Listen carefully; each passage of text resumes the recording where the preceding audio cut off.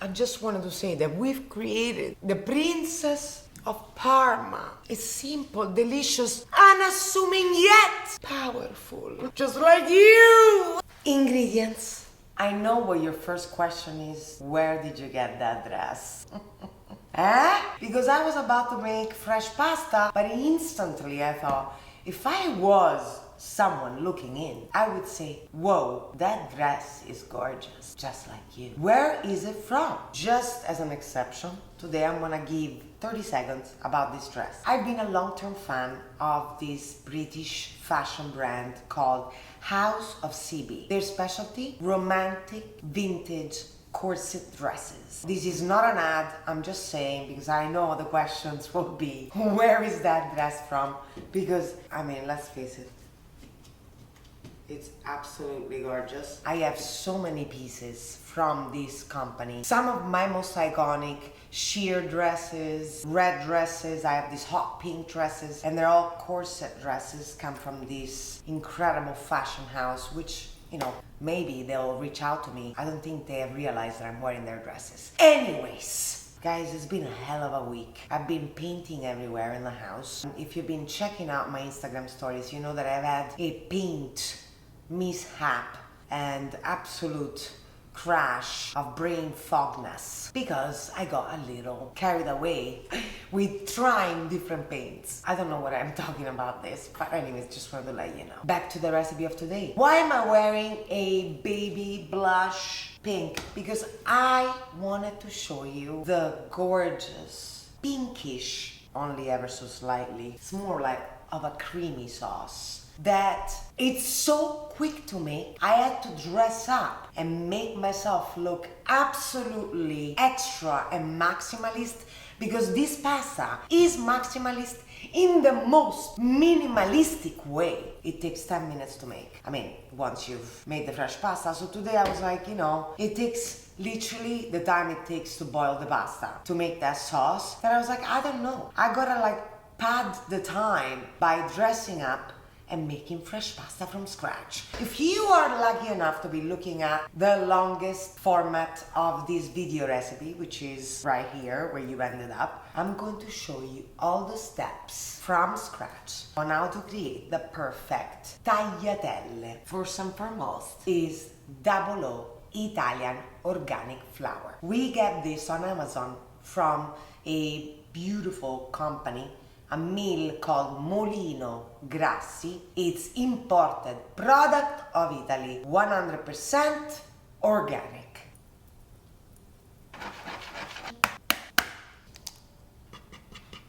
You know, in making fresh pasta, the first and foremost ingredients you got to have is passion.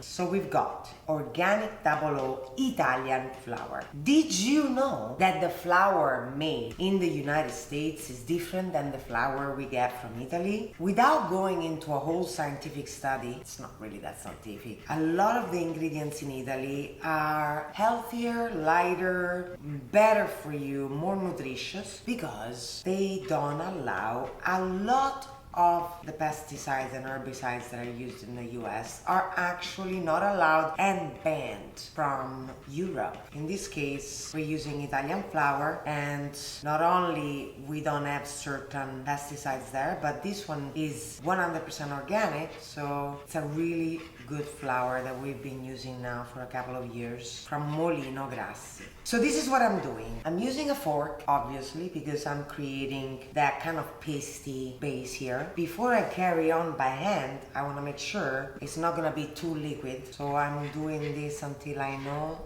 that I can carry on by hand and I'm not going to have everything plastered all over my fingers. It's gonna happen to a certain degree anyways, but I'm trying to show you here how to save yourself, you know, at least 15 minutes of washing. We're doing this before you continue. We can even use a little scraper here.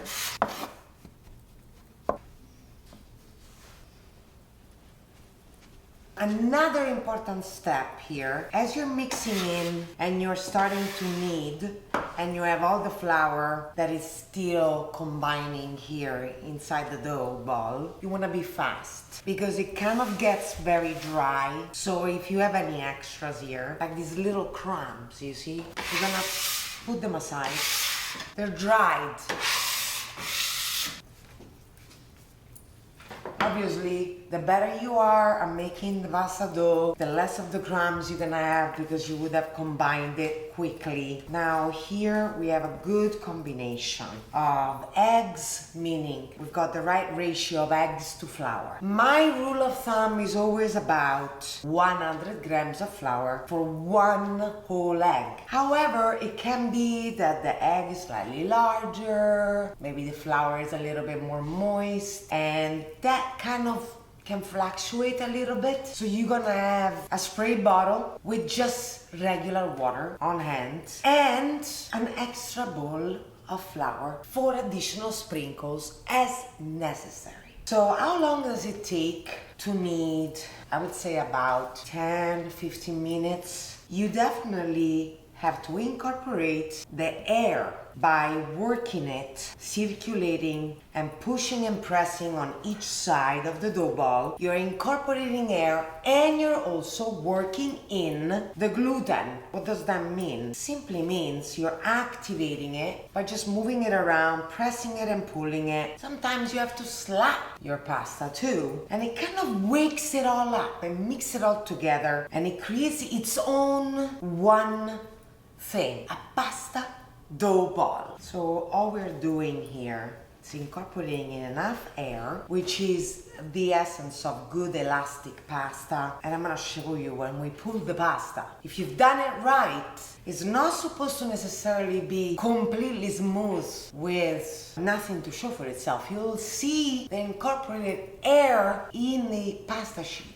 and that means you've done it right. You've worked your pasta dough perfectly how the pasta gods intended it to be. And then of course, once it is elastic to perfection, which it's being accomplished just now by kneading it, I'm using the palm of my hand and then I'm stretching it, I'm pulling down, rolling and doing it again with the palm of my hand, pushing forward on each side to incorporate all the air. The test is the spring back test. If the air has been incorporated well and the gluten has become elastic in the fiber of this pasta, you should spring back all the way.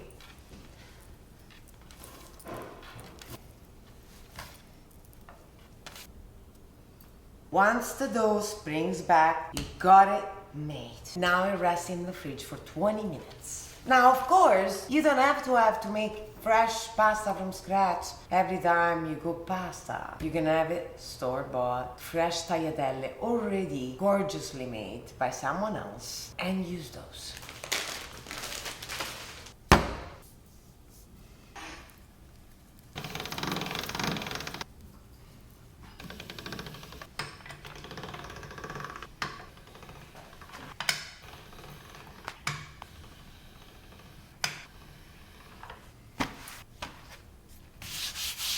We're using this gorgeous Marcato manual machine, and once we've taken it to a little stretched out rectangular shape, we start from 0 all the way up to 6.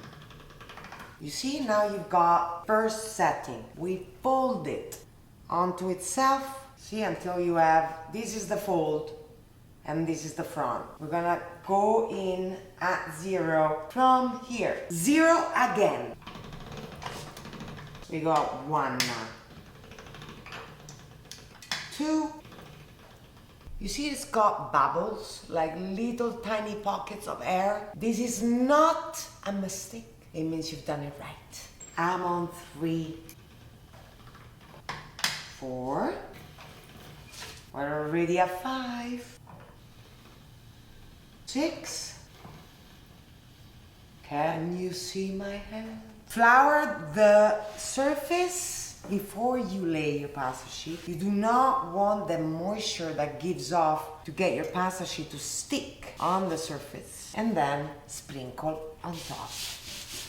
Okay, now that you have your pasta sheets gorgeously ready, we go on the setting for the tagliatelle.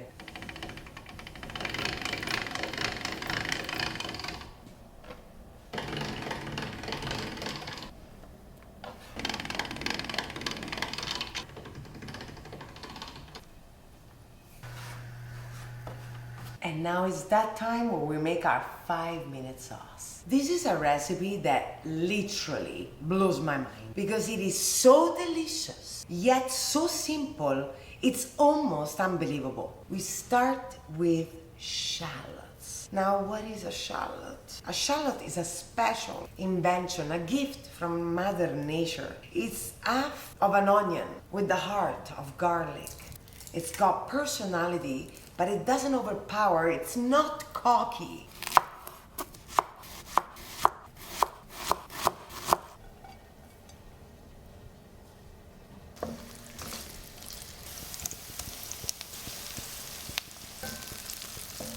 And now the zest of 1 lemon.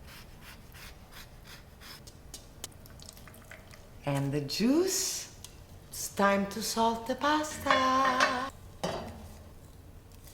Make sure it boils before the pasta goes in. Don't be crazy.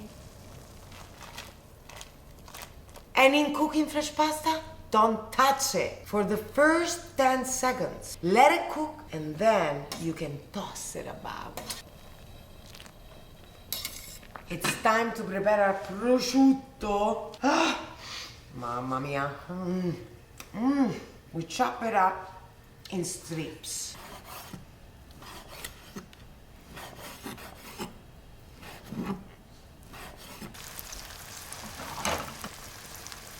The pasta is about 2 minutes from being fully cooked. We add the Parmigiano directly in the saucepan here, which is really not a saucepan, it's a pasta pan. Little tears of the pasta guts.